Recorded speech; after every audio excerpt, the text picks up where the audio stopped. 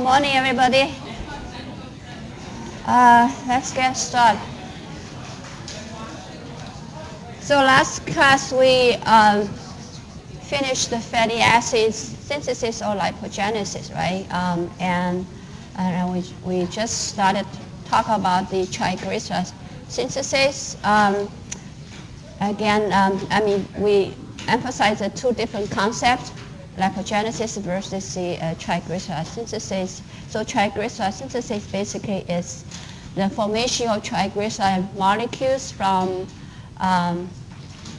glycerol backbone and three free fatty acids. And we also talk about the sources of the substrate, particularly glycerol backbone.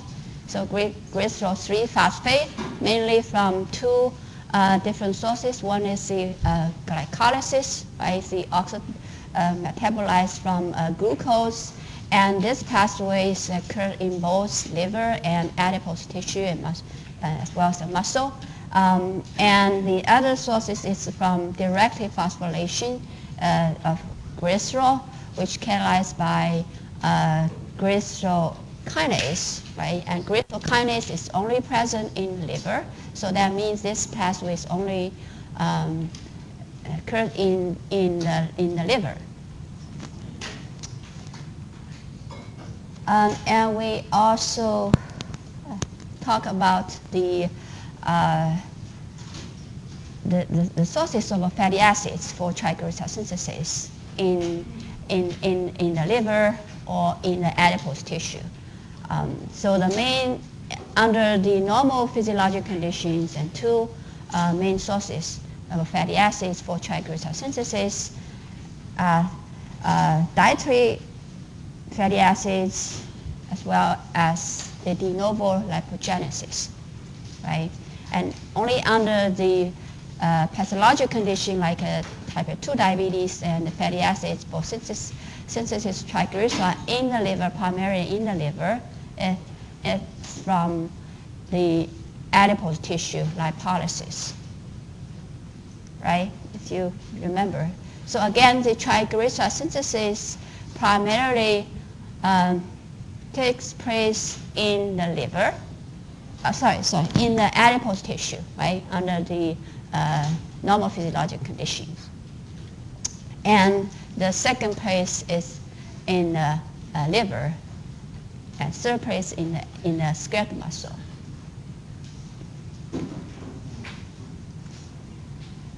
Now we're going to talk about details, the steps, how triglyceride is synthesized. And we know it's three free fatty acids attached to the glycerol backbone, right? So step one is the substrate is the glycerol 3-phosphate, which from two different sources, glycerol directly phosphorylated in the liver, or from glycolysis in both liver, in three tissues, in liver, adipose tissue, and muscle. So the first step is adding the first free fatty acids to the glycerol backbone. We know that there are three different carbon positions, right? So the first fatty acids being added to the SN1 position in the glycerol backbone. And this reaction, and we know that the first fatty acids at the SN1 position usually is saturated fatty acids, right? So an enzyme catalyzes this reaction is called glycerol 3-phosphate acyltransferase.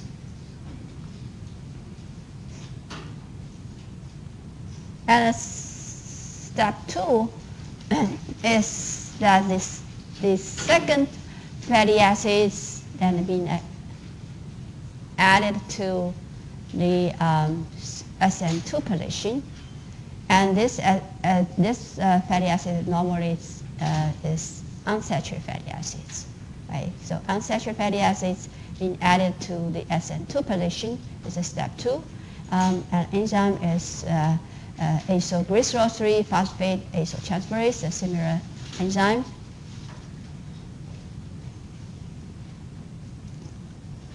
And the last fatty acid is being added to the third position, SN3 position. And you remember the substrate is glycerol 3-phosphate. That means at the SN3 position, there is a phosphor group in there, right? So before the third fatty acid being able to add it to the SN3 position, this phosphate group need to be removed, right? So first of all, we need to remove the phosphate from the SN3 position. So this is enzyme called phosphotide phosphohydrolase, right? So this enzyme that catalyzes the removal of the phosphor group from the SN3 position and generating this called a 1,2-diacylglycerol.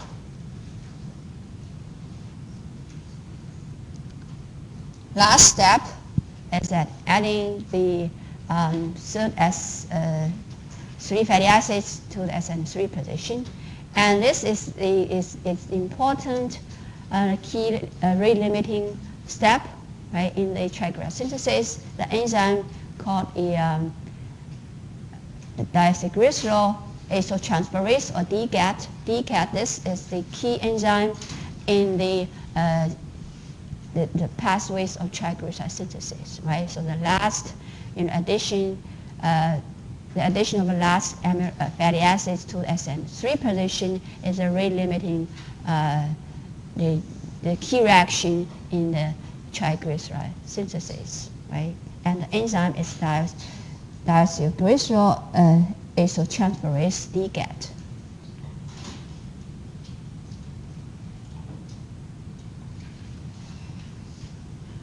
Okay, so once a triglyceride is synthesized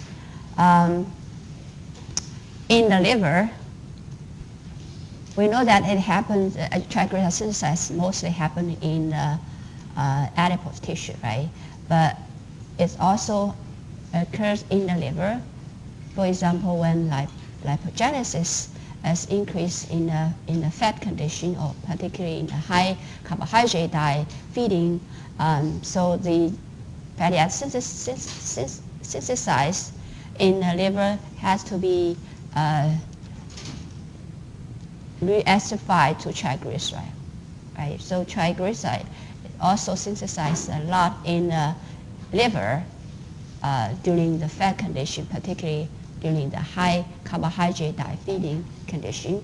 But you know that the liver is in a normal condition, a physiological situation. Liver is not the site for the storage of triglyceride, right? So triglyceride, once it's synthesized, need to be transported to the final destination for storage, which is in adipose tissue.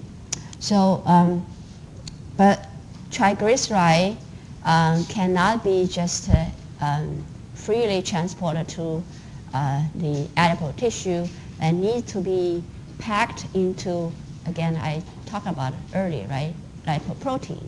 So the most important lipoprotein which is synthesized in the liver is VLDL, very low density lipoprotein.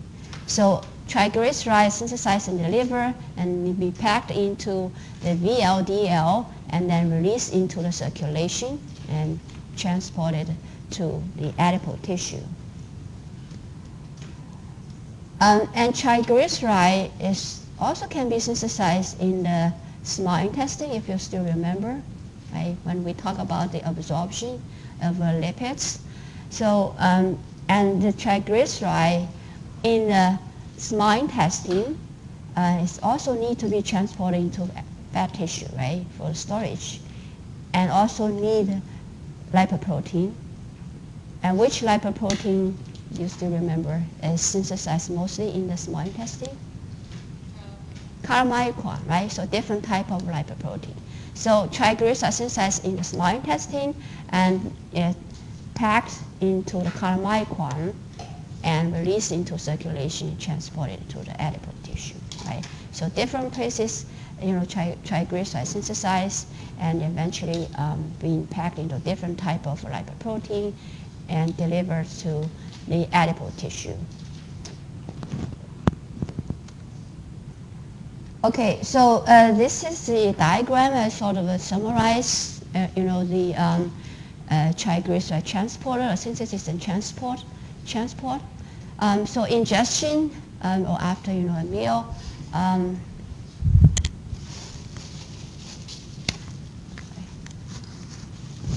And we absorb the lots of glucose and and lipids, which eventually synthesize as the triglyceride, right, in the enterocyte.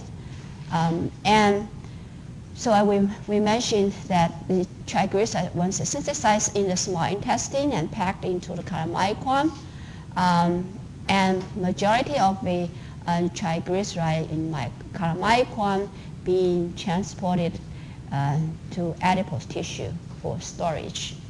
And we also mentioned this enzyme, right, lipoprotein lipase, which is enzyme that hydrolyzes triglyceride in the lipoprotein, which either in chylomicron or VLDL, and release and break down triglyceride molecules and release free fatty acids and glycerol, and free fatty acids and being able to pick up by adipose tissue.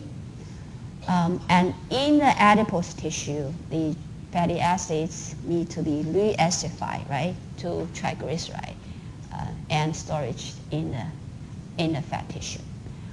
And some of the triglyceride can also be delivered to the liver, but a lot of glucose, being delivered into the liver. So the glucose we know can be used for fatty acid synthesis, right, through lipogenesis, particularly when we eat a lot of carbohydrate. So, and these fatty acids either can be synthesized from glucose through the lipogenesis pathways, or can be from the triglyceride, right, which initially from the small intestine. And then here I wanted to mention that the liver also will produce an enzyme called hepatic lipase, which is different from the lipoprotein lipase, just the different sources, but the catalytic activity is the same, right? So hepatic lipase also hydrolyzes triglyceride to break down triglyceride to fatty acids. And the fatty acids being eventually reacidified back to triglyceride or triglyceride synthesized pathway. The same concept, right? Triglyceride synthesis and reacidification of fatty acids to triglyceride, right?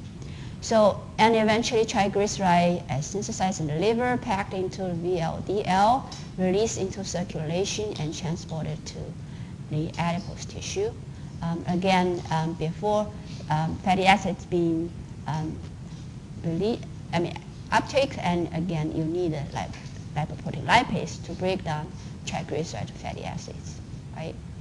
So this is sort of the whole process, right? And of course, we have also some glucose, like in the fat state, being taken by adipose tissue and go to the glycolytic pathway and generate glycerol 3-phosphate, right, for the substrate of the triglyceride synthesis. Yeah.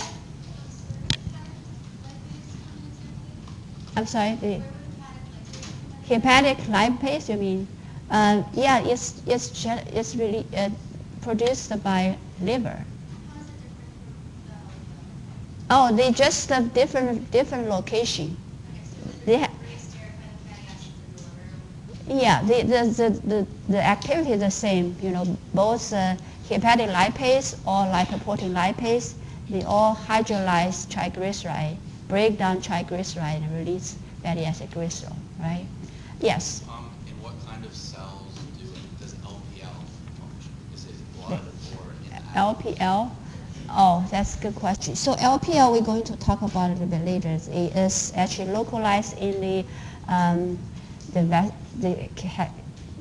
endothelium cells, which localize in the capillary.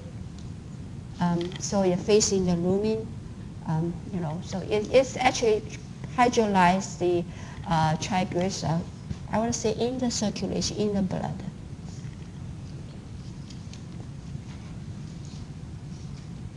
All right?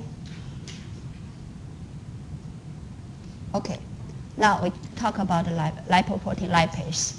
So lipoprotein lipase can be synthesized and secreted into the circulation by actually two different tissues.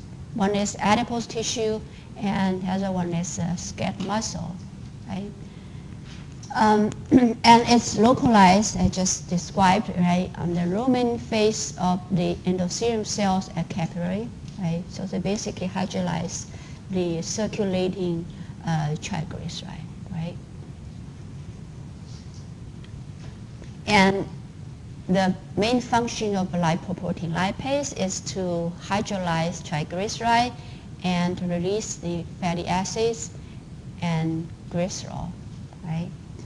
So, and here I wanted to emphasize a little bit this enzyme in adipose tissue and skeletal muscle are regulated differently, right?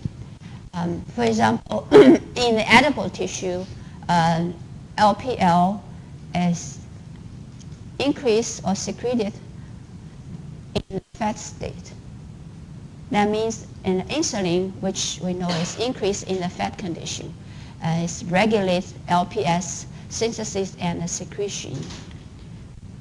But in the skeletal muscle, it's just the opposite. In the skeletal muscle, LPL its synthesis is increased during the fasting or exercise. So just because it's a different purpose. For example, in the fat condition, we have a lot of triglyceride being either transported from small intestine or from the liver, right? So we need to store the triglyceride in the adipose tissue.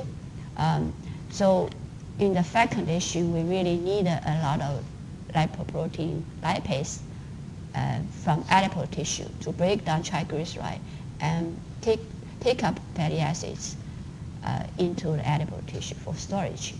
But in the skeletal muscle, the skeletal muscle basically is not the primary storage site for triglyceride, but it's important site for utilize triglyceride or fatty acids for energy. So only when during starvation we need to utilize the fatty acids. So fatty acids normally, some of fatty acids, it can also be transported in the form of triglyceride to skeletal muscle. So muscle released LPL during fasting or during exercise. Exercise also uses a lot of fatty acids, right? And to break down triglyceride to fatty acids and pick up fatty acids for oxidize for energy, right? So thinking about the different function or purpose, of the different tissue, so then probably will be easier to understand this enzyme in two different tissues is regulated differently, right?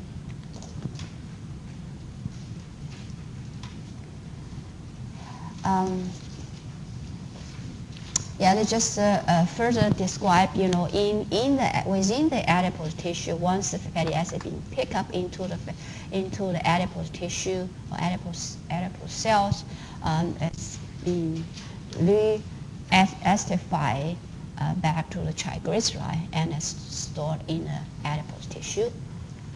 And the muscle fatty acids basically is not going to re-acidify, but directly oxidize, used for energy, right? Any questions about the LPL? That clear?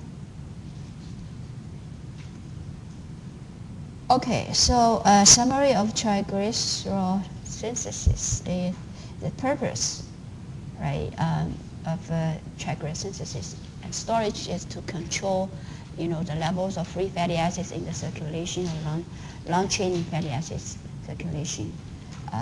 So then can regulate lipogenesis and also other metabolic activities. And triglyceride is synthesized mainly in adipose tissue, right, and also liver and skeletal muscle. And fatty acids need to be activated before being able to attach to the glycerol backbone. Remember, so fatty acids need to be activated to fatty acyl-CoA, and then be, attached to the glycerol backbone. And the sources of glycerol backbone, glycerol phosphate, 3-phosphate, comes from glycolysis or directed phosphorylation glycerol, and depend on the tissue, right? In the liver, you can have two, sources of glycerol 3-phosphate, but in the adipose tissue or skeletal muscle, you only glycerol 3-phosphate only from glycolysis pathways.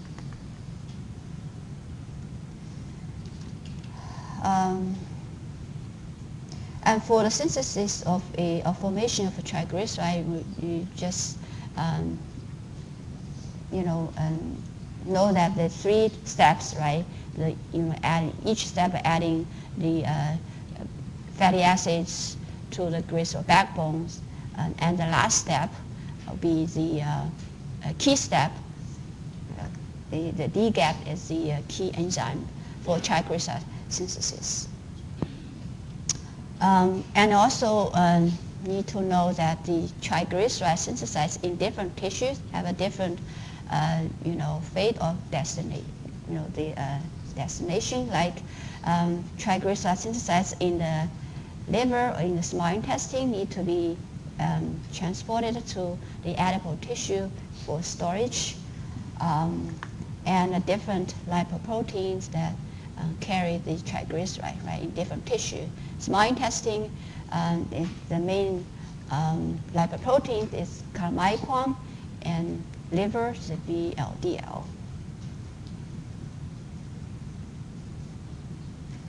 And we also talk about the lipoprotein lipase, and the main function of lipoprotein lipase is to break down triglyceride to smaller molecules free fatty acids. So the reason is because triglyceride molecules are too big and cannot be picked up by the tissue directly, so need to be break down the fatty acids. And the different tissues, produce the LPL is regulated differently, like in adipose tissue and in fat condition, LPL is being stimulated, synthesis secretions are stimulated, and the skeletal muscle only during the fasting or exercise, being stimulated. Can you guys hear me? I feel like it's kind of low, right? The volume. Maybe the battery. Try to change battery.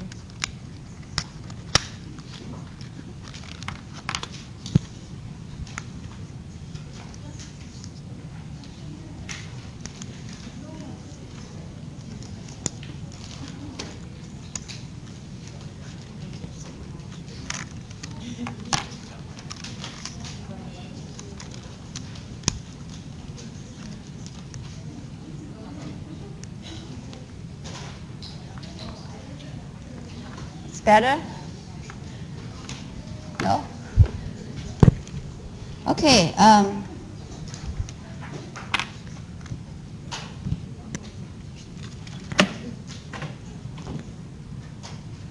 right, so I think we finished the anabolic metabolism of lipids, right? fatty acid synthesis or lipogenesis and triglyceride synthesis. So now we're going to switch the subject to catabolic metabolism of lipids, which is oxidation of fatty acids.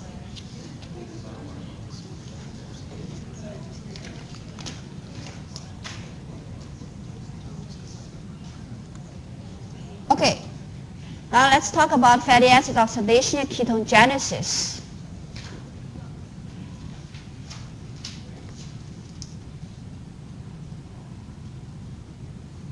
So mobilization of triglycerides and fatty acids oxidation.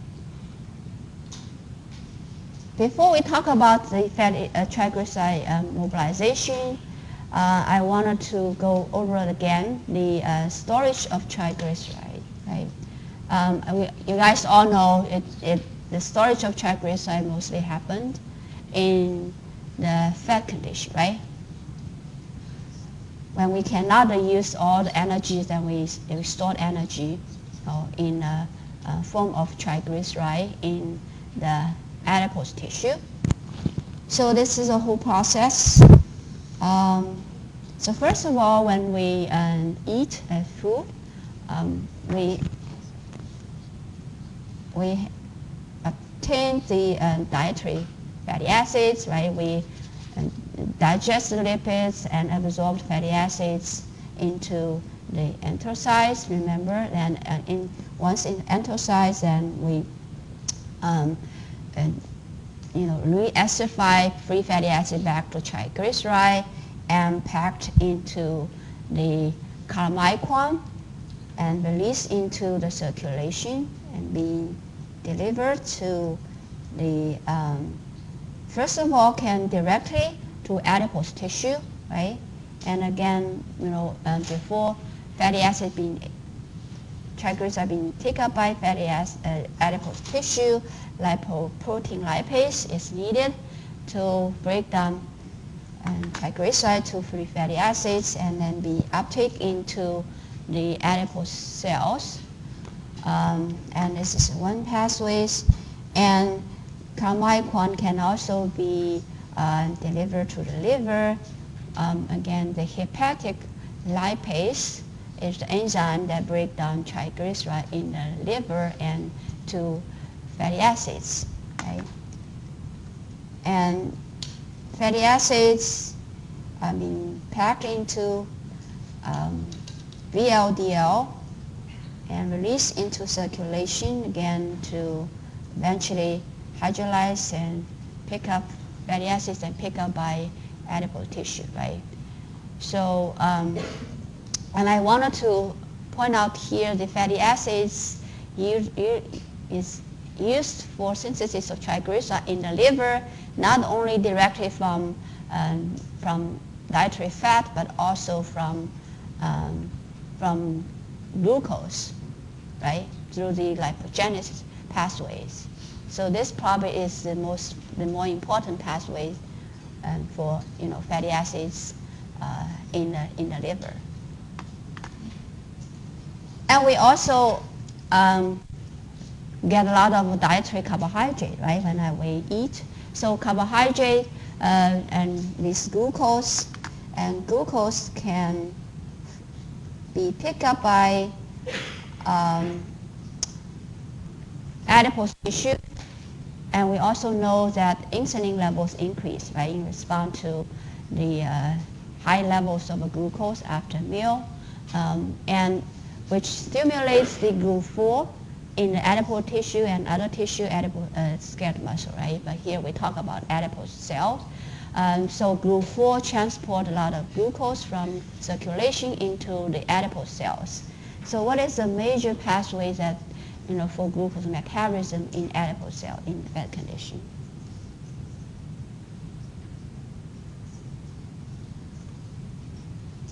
It's glycolysis, right? And we generate the glycerol 3-phosphate. So this is a very important pathway that generates the substrate of the triglyceride synthesis, right? So glycerol 3-phosphate is from glycolysis. And of course, some of the glucose can also be oxidized further in the TCA cycles and generate citrate, which is also important substrate for fatty acid synthesis, right? So in adipose tissue, also, some lipogenesis is occurs, so then also generates some fatty acids in the adipose tissue. So just wanted to remind you that the fatty acids that used for triglyceride synthesis in adipose cells mostly from the circulation, right? Pick up, from either dietary fat or the liver, right? And this pathway only contribute a little bit of fatty acids, right, in the adipose cell, adipose tissue. And also we mentioned, right, the dietary fatty carbohydrate and lots of actually glucose being picked up by liver and go to the lipogenesis pathway and converted to fatty acids, right?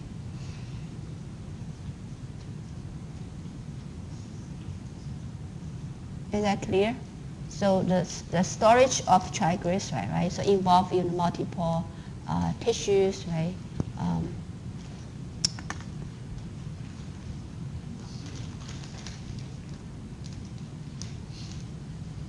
Now, mobilization of triglyceride.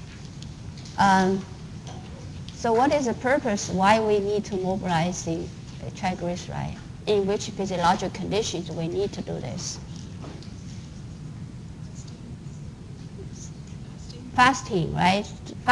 During fasting and starvation, when we don't have, glucose available from the diet, so causing the decreased glucose level in the circulation during the starvation, and this will stimulate the decreased blood glucose level, will stimulate the glycogen breakdown, gluconeogenesis, right?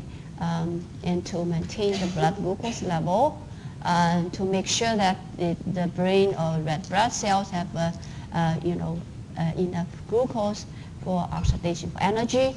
But the majority of the other tissues that are able to use the other alternative fuels. So in the fasting or starvation, the major energy fuels for most of the tissues are free fatty acids and ketone bodies, right? So, so these fatty acids mainly comes from adipose tissue, right? From the mobilization of triglyceride, or this process also called a lipolysis, right? So adipose tissue, because it stored a lot of triglyceride, so under the starvation condition, the triglyceride in adipose tissue being break down and release fatty acids into circulation and picked up by multiple tissues for use as energies, and muscle is the major tissue that utilize fatty acids during the fasting, right? And also picked up by liver fatty acids, but liver actually not mainly use fatty acids. They oxidize fatty acids, but mainly for synthesis of ketone bodies, right? So liver pick up fatty acids. The main purpose is not to oxidize for energy, but is for synthesis of ketone bodies. And ketone bodies, once synthesized in the liver and released into the circulation and used by other tissues, right? So why we need to produce ketone bodies? Because one of the main reasons is because of the brain cannot utilize fatty acids directly because the molecule is a little bit too big, right? Cannot pass through the blood-brain barrier, right?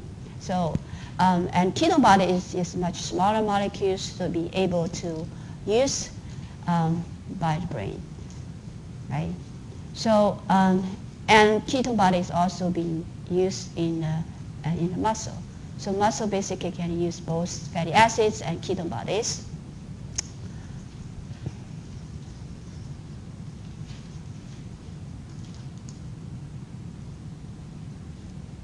All right.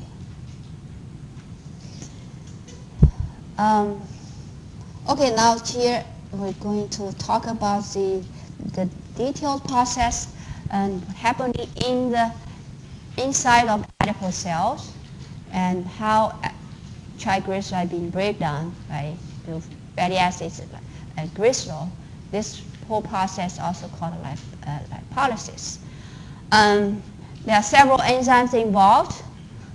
First of all, the HSL, which is the hormone-sensitive lipase. HSL is most important enzyme that catalyzes the triglyceride, hydrolyze triglyceride, and to release fatty acids and glycerol. And then see how HSL activity is regulated during fasting, right? How this process being stimulated during the fasting. So first of all, we know that during the fasting,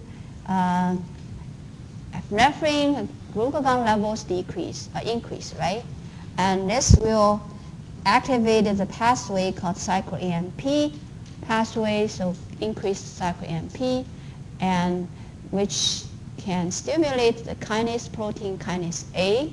And protein kinase A is a key enzyme that regulates the phosphorylation of HSL, right? So, and this pathway can be activated by, again, by epinephrine and glucagon, and then stimulate HSL phosphorylation. So once it's phosphorylated and the activity is activated, so then stimulate the hydrolysis of the triglyceride, right? And also, on the other hand, the insulin levels decrease, right? So what insulin does is to, basically insulin inhibits the HSL phosphorylation, so dephosphorylation, right? So inhibits this process, but when insulin levels low, and then inhibition will be less, right? So, so these two, conditions come together, so makes the HSL activity more active during the starvation. So fatty acids are released, right, from adipose tissue during starvation and picked up by multiple tissue for use as energy, but also for liver and pick up and for synthesis of ketone bodies.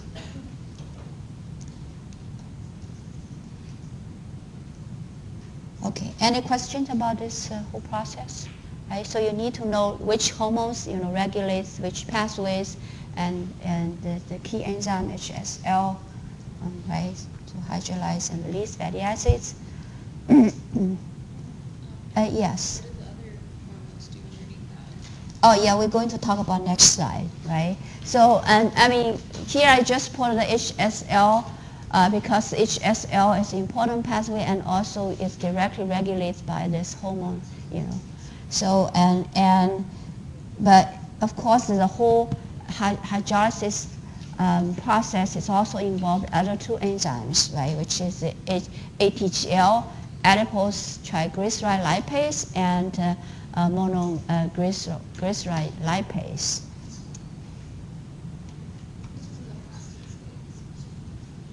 Right? Yes? So you have a down arrow next to insulin. Does that mean, are you trying to say that insulin decreases the mobilization of triglycerides? Right. And not like a decrease in insulin? Yeah. So in fasting condition, insulin level decrease, right? So this will also promote the mobilization of triglyceride because insulin itself actually inhibits the mobilization. When insulin level is low, then you can sort of increase the mobilization, right? How does insulin relate to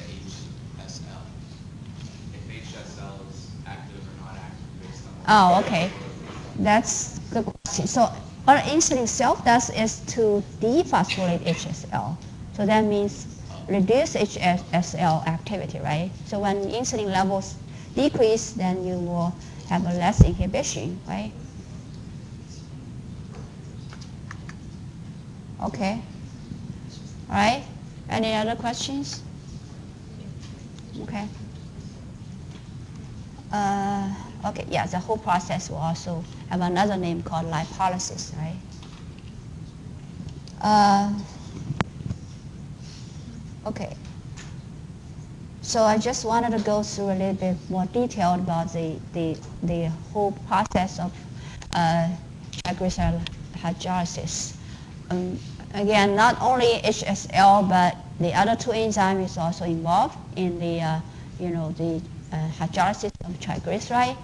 Um, The first step is to remove the fatty acids by remove one fatty acid at a time, right? For each different enzymes. So ATGL is also the adipose triglyceride lipase. The substrate for ATGL is triglyceride, right? So triglyceride it's catalyzed by ATGL, first of all, to remove one fatty acids from either SN1 or SN3 position, right, and produce so-called diacylglycerol, right, diacylglycerol. So you see that, I mean, here just the example, remove one fatty acid from SN1 position. And HSL and catalyze the remove of fatty acids from, um, again, either SN1 or SN3 position of diacylglycerol. So diacylglycerol is the substrate of HSL, right? So you see that eventually you remove SN1, SN3 position of fatty acids after hydrolysis by two enzymes, ATGL and HSL. And eventually you still have one fatty acids at SN2 position left on the glycerol backbone, and which is called monoacylglycerol. So monoacylglycerol is substrate of the monoacylglyceride lipase. So this is the last enzyme that catalyzes the removal of the last fatty acid from the SN2 position, right? So after hydrolysis of three different lipase, then eventually triglyceride being completely break down and release three free fatty acids and glycerol, right?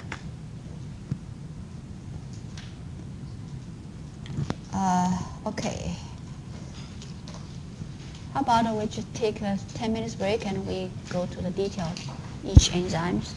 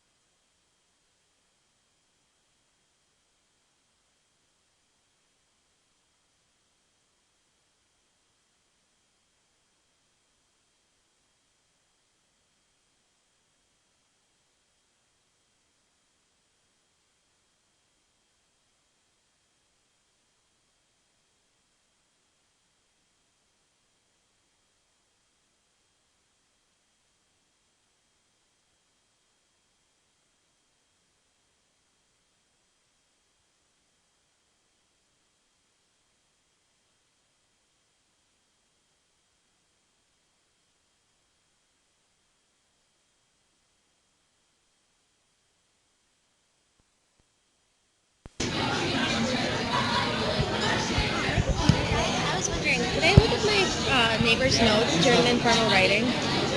Okay.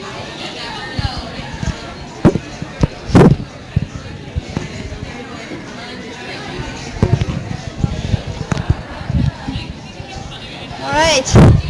Okay, everybody. Let's move on.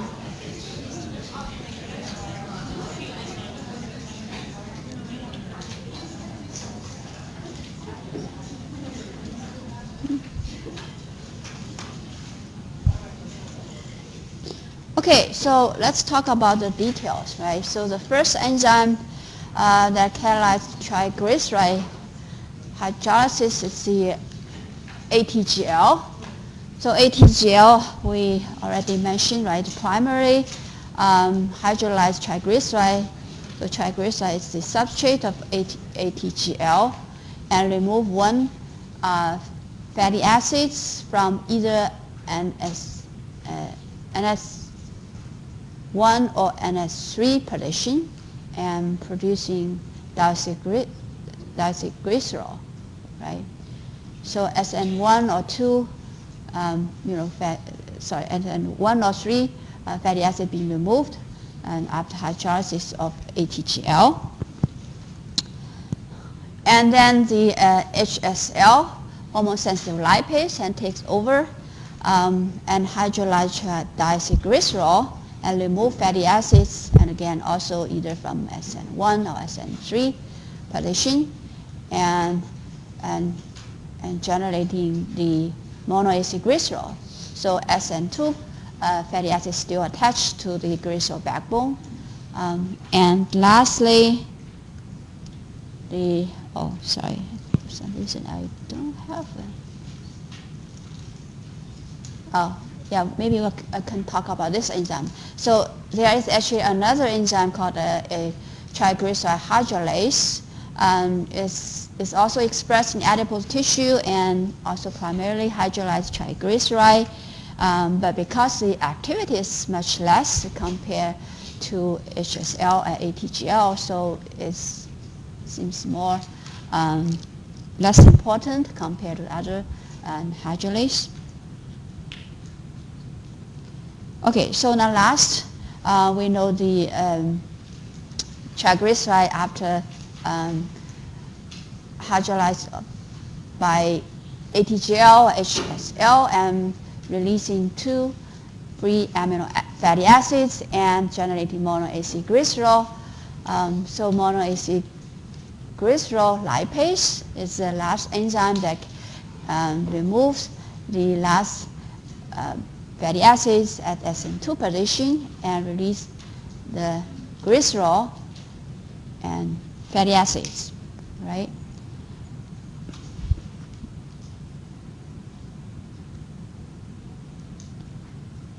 So fatty acids, once it's released from adipose tissue, then can be to the circulation, and this is released just by simple diffusion mechanism, right? Once it's hydrolyzed and to free fatty acids and just diffuse, and transport out of the adipocyte and to circulation. So in the circulation, fatty acids is the lipids, right? So here I wanted to tell you that the lipids usually is not like freely present in the circulation. Always bind to proteins because it's too hydrophilic, right? So it's not water soluble. So normally fatty acids bind to the binding proteins. The most important binding protein is the albumin in the circulation. So about like 2 to 3 fatty acids being able to bind to one albumin molecules. Right? So albumin is very abundant in the plasma, right? So it's very important as the fatty acids carry protein or binding proteins. And where do circulating fatty acids go during the fasting? You can imagine usually go to the tissue for oxidation, right? And most important tissue that we know that is the skeletal muscle and liver. So about 2/3 of fatty acids that are released from adipose tissue goes to muscle, and 1/3 of fatty acids to liver for oxidation and ketone body synthesis, right? And the glycerol, which also released, right, during the mobilization of triglyceride, and this glycerol, what do you think the glycerol will go and into the liver, right? And for gluconeogenesis during the fasting, right? We also need, to maintain blood glucose level. So glycerol released from adipose tissue goes to the liver, and for the gluconeogenesis as a precursors, right?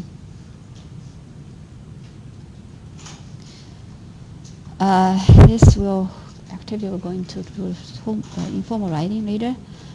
Okay, now let's move onto the fatty acids oxidation. So once fatty acids being taken up by muscle, liver, and other tissues, and oxidized, right, in other tissues during the fasting or starvation condition. So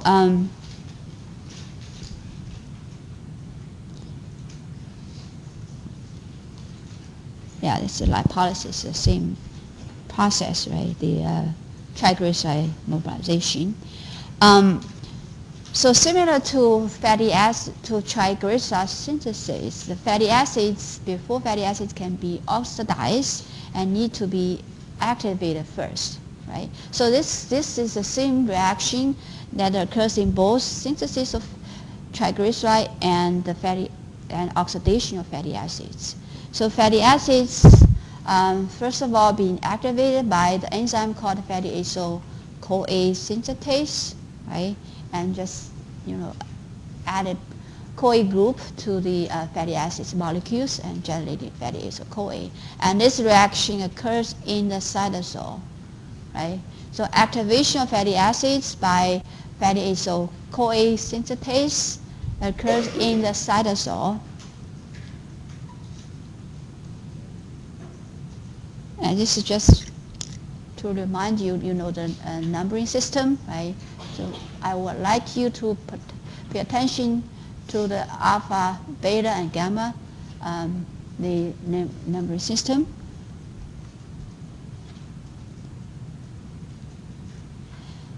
So fatty acids oxidation, fatty acids can be oxidized at different carbon positions, depend on different carbon positions. And here we talk about beta oxidation. This is the major pathways of fatty acid oxidation occur in the mitochondria, so beta oxidation.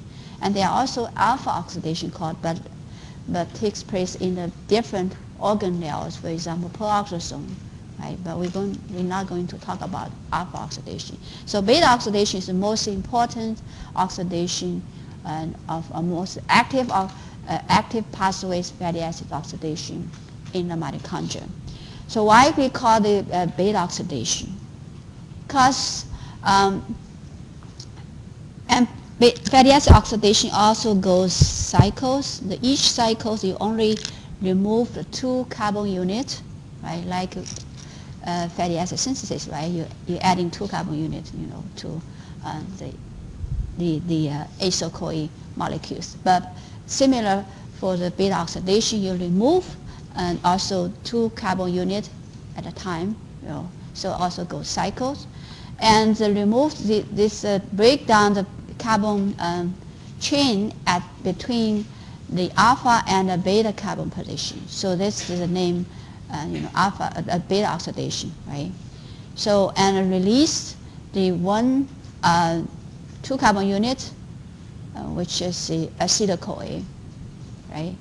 So one cycles, and you clip the 2 carbon unit and release the 1 acetyl-CoA molecules. And you go the cycles, right? Remove, every cycles and remove 1 acetyl-CoA molecules. So for palmitate, because it's a 16 right? Carbon fatty acids. So you will eventually, if palmitate be complete oxidized, eventually will producing 8 acetyl-CoA molecules, right?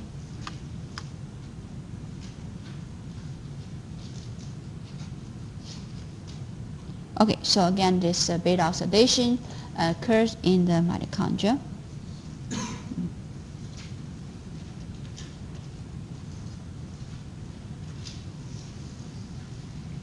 Okay, so here we're going to talk about very important process. Remember the fatty acids before beta oxidation needs to be activated, right?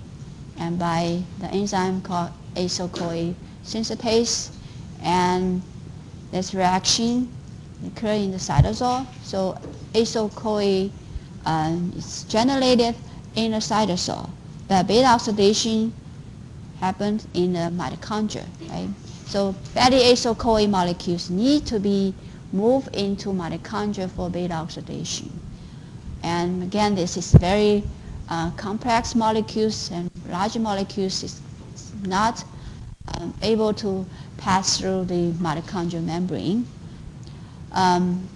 So you can see here the activation of fatty acids, right, to the acyl-CoA molecules, and it's not able to penetrate the inner mitochondrial membrane, but it's able to penetrate out mitochondrial membrane. And once it's in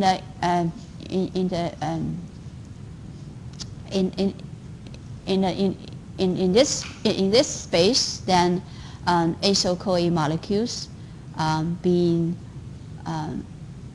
converted to called acyl-carnitine. So acyl-carnitine molecules being added to acyl-CoA molecules, right?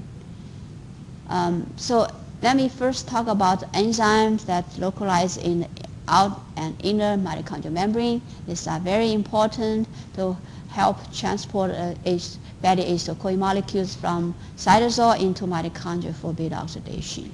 And on the outer mitochondrial membrane, there are two enzymes.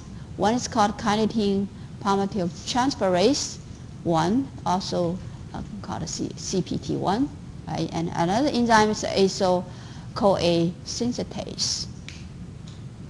And the two enzymes in the inner mitochondrial membranes are carnitine palmitoyl transferase 2 and carnitine acyl-carnitine translocase, right? And for enzyme, I would like you to remember this enzyme, right? Carnitine palmitoyl transferase 1, CPT1. So CPT1 is the key enzyme in this whole system that controls the transport of fatty acyl-CoA from cytosol into mitochondria, right? And the process is described a little bit. You know, the carnitine molecules need to be added to the acyl-CoA molecules and forming acyl-carnitine. So acyl-carnitine is able to pass through inner mitochondrial membrane, right? So once it's transported into the inner mitochondrial membrane to the mitochondrial matrix, the acyl-carnitine molecules break down again to release the carnitine and acyl-CoA, right? So acyl-CoA eventually enter the beta oxidation in the mitochondrial matrix. So again, for this whole system, you need to remember the key enzyme and what is the purpose of this key enzyme, right? To transport fatty acyl-CoA from cytosol into mitochondria for beta oxidation. So this enzyme activity also controls the rate of beta oxidation, right? Fatty acid oxidation.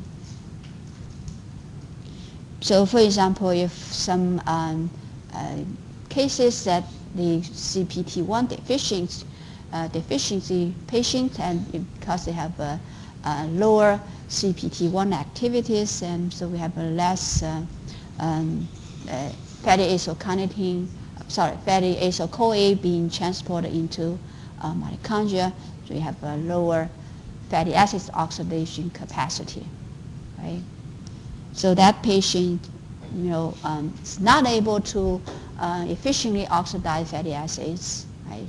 So it's causing some problem, particularly during the fasting. We body needs to utilize the fatty acids, and this patient have a limited capacity to utilize fatty acids, right? So heavily rely on the glucose.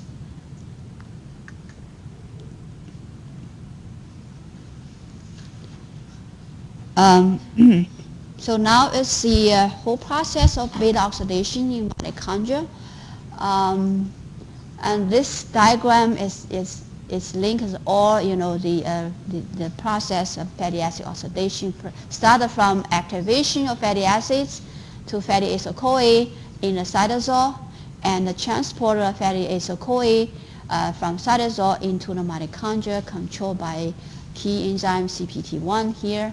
And then the beta oxidation steps, right? The 4 steps of beta oxidation, and each cycle then remove the 1 2-carbon unit, which is acetyl-CoA from the fatty acyl-CoA molecules, right? And just goes cycles. And in the meantime, that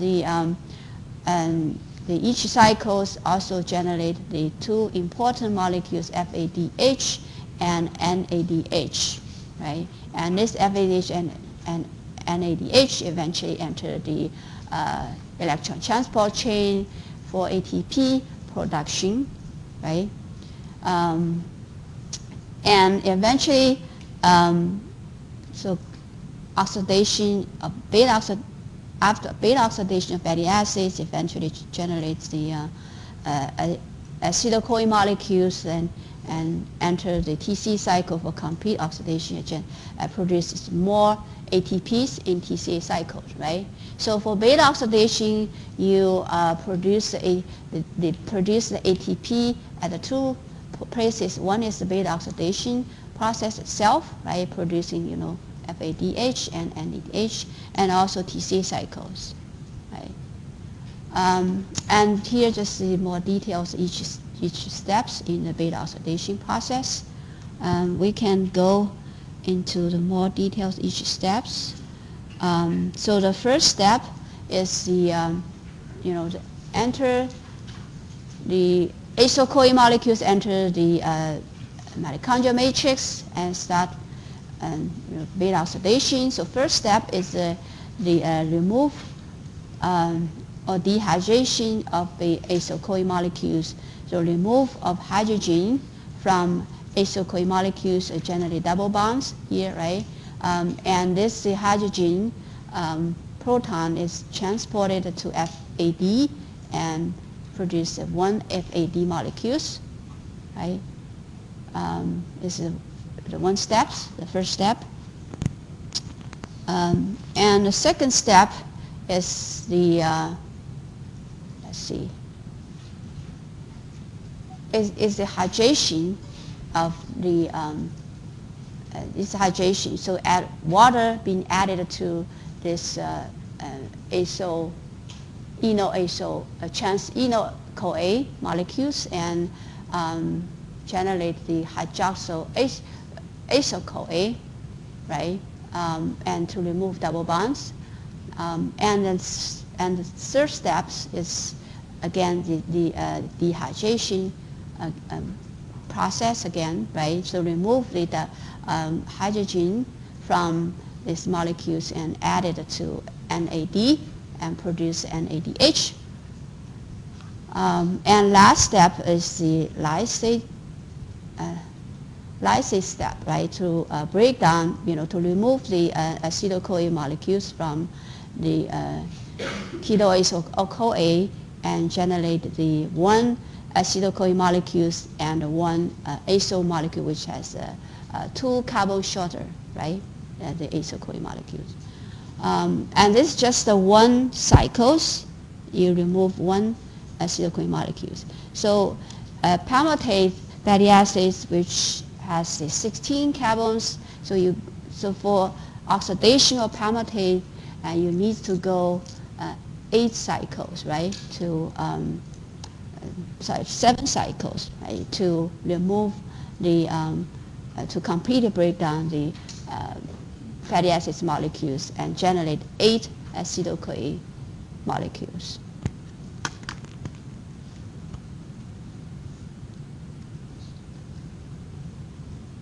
So it's just a reaction that we just described, right? Oxidation, or the dehydration, and hydration, oxidation, and cleavage. It is 4 steps in the beta oxidation. And what you need to remember is just, fatty acids oxidation goes cycles, and each cycle remove 1 acetyl-CoA molecules, and each cycle generates 1 FDA and 1 NADH, reducing equivalents, right?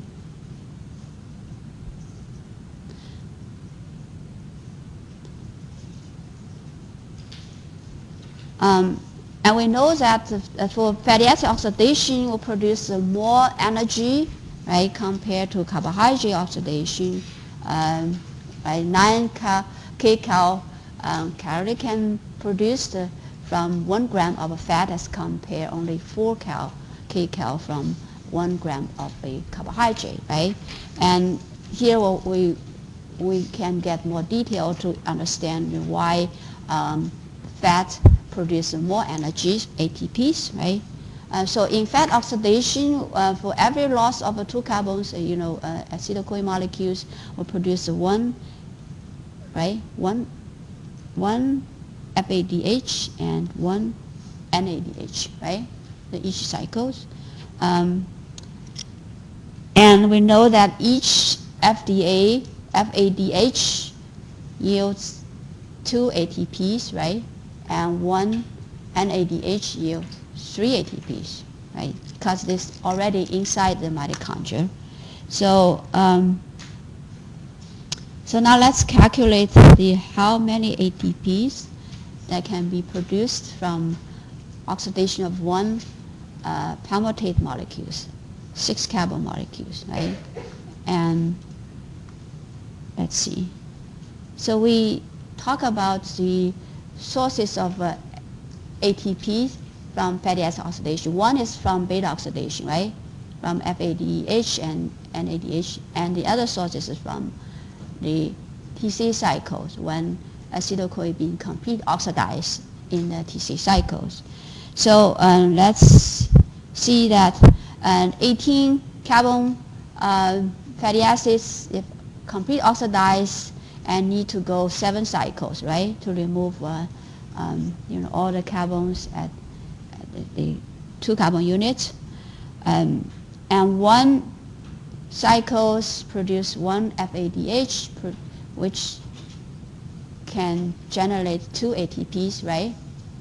So this 2 ATPs from FADH, and 7 cycles and times 7, and this 3 ATPs from NADH, right, times 7.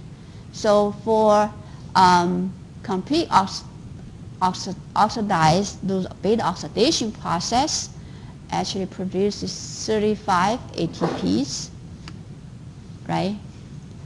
Okay, then plus the oxidation in the TC cycles. So how many TC ATPs can be generated from oxidation of 1 acetyl-CoA molecules?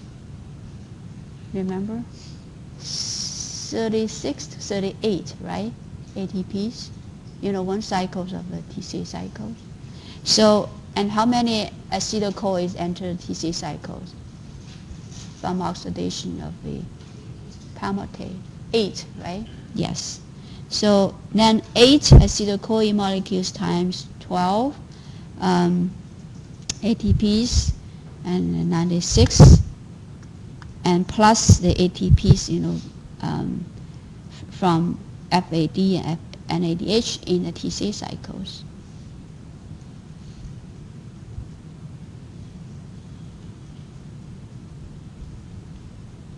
All right. 96 total, right?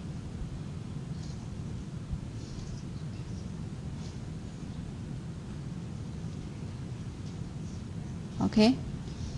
So total energy that yield from fatty acid oxidation, here again we take the palmitate as an example.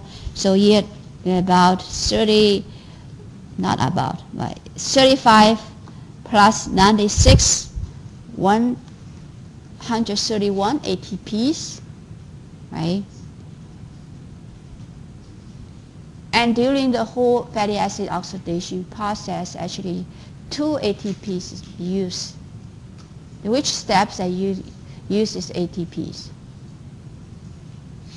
Remember, from fatty acid oxidation, from fatty acid activation, beta oxidation, and TC cycles. Which steps that utilizes ATPs? Remember?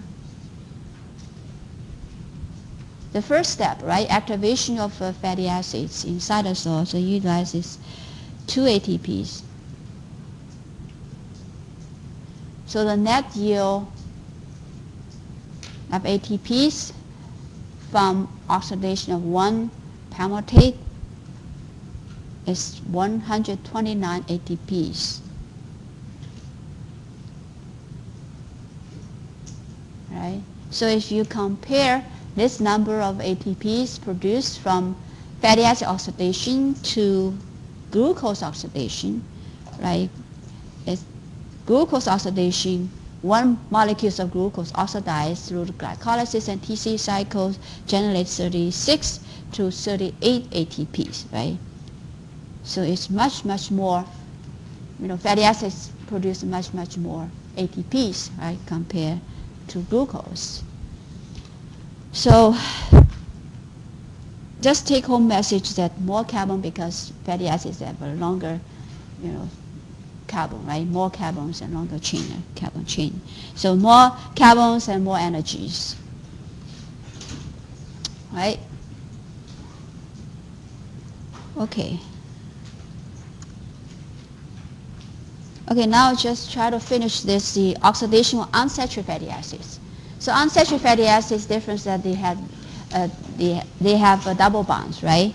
So when it goes similar process, for example, the linoleic CoA, which has 2 double bonds, and first of all, you go 3 cycles of beta oxidation to remove, these carbons between carboxyl carbon and that first double bonds, right? So and generates the 3 acetyl-CoA molecules, and then once they remove these carbons and here you have a double bond here, these molecules, and double bond. If double bond is there, then beta oxidation cannot be complete. So the next step will be remove the double bonds. Right? So the next step is catalyze the changing of the double bond structures, so-called isomerase. That's enzyme to catalyze the switch of the double bonds, right? Let's see. So they used to be between double bond, is located between carbon 3 and 4, and then after this isomerization, then double bond being switched, right, between 2 and 3. So you have 2 single bonds of the carbon that are available for oxidation. So then the next step, you remove the 2 double bonds from this position between 2 double bonds, right? And release, you go to 1 cycle of beta oxidation and release 1 acetyl-CoA molecules, right? So you just do the same similar things, remove carbons and beta oxidation and isomerization, the double bonds, and eventually you get completely oxidized the molecules. But because of double bond still there, so double bond cannot be breakdown, right?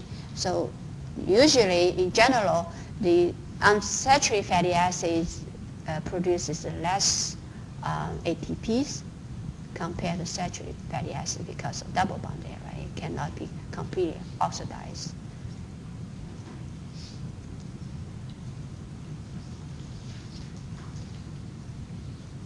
Okay,